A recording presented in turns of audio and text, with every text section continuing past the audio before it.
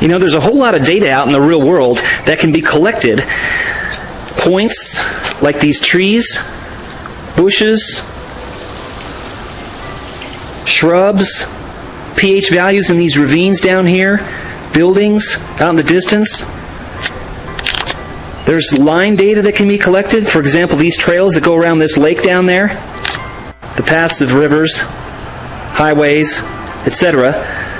And there's also polygons, the lakes themselves, the perimeters of these buildings, the perimeter of these property lines. All of that can be collected with a GPS, a Global Positioning System receiver. And once that data is collected, it can be stored in a series of latitude and longitude coordinates. And those coordinates can be output into several different formats of files. One of those formats is a CSV, a comma separated value format. One of those is a plain old text file. One of those is an Excel spreadsheet. And there's a whole bunch of others that we could talk about. So in this video, let's chat about how to bring those coordinates into ArcGIS Online. You may be wondering if those GPX files that you can drag onto ArcGIS Online are only US based, or does it work anywhere in the world? Actually, it works anywhere in the world. Anytime or anywhere you've got GPS coordinates inside these GPX files, you can drag them into ArcGIS Online and start analyzing patterns. Let's demonstrate. I have a file here of waypoints that I collected while I was teaching a GPS GIS workshop in Tunis in Tunisia. Let's start with a world map. And here is my GPX file from that GPS GIS Institute that I just mentioned. I'm going to drag it over to my map. Drag the file onto my map. Okay, there are my points. As you can see, I was right next to the Mediterranean Sea here in Tunisia. Let's go ahead and zoom in a bit. And this cluster of points represents my location. I'm going to zoom in quite tightly now.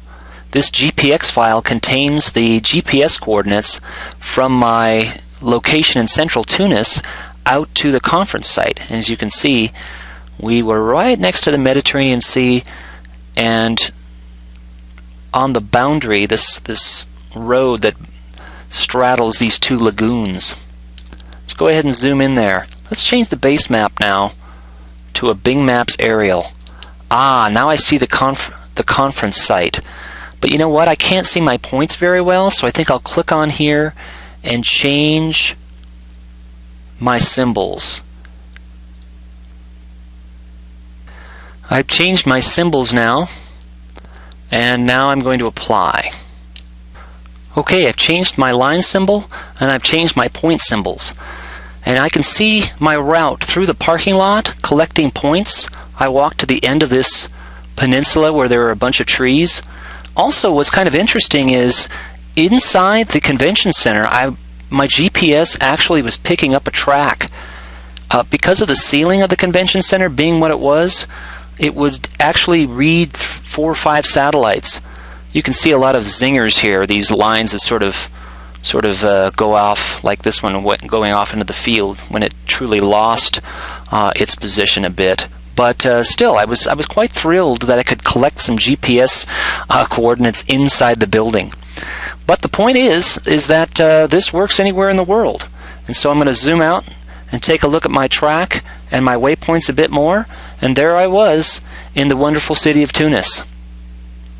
So let's summarize. What have we done? We've dragged a GPX file, which was right here, over to ArcGIS Online. We can instantly map it, and now we can save it. We can share it with a group of colleagues or with anyone in the world. We can change the symbols to start looking at patterns, and there's a whole lot more we can do with this that we'll explain in other videos. Thanks.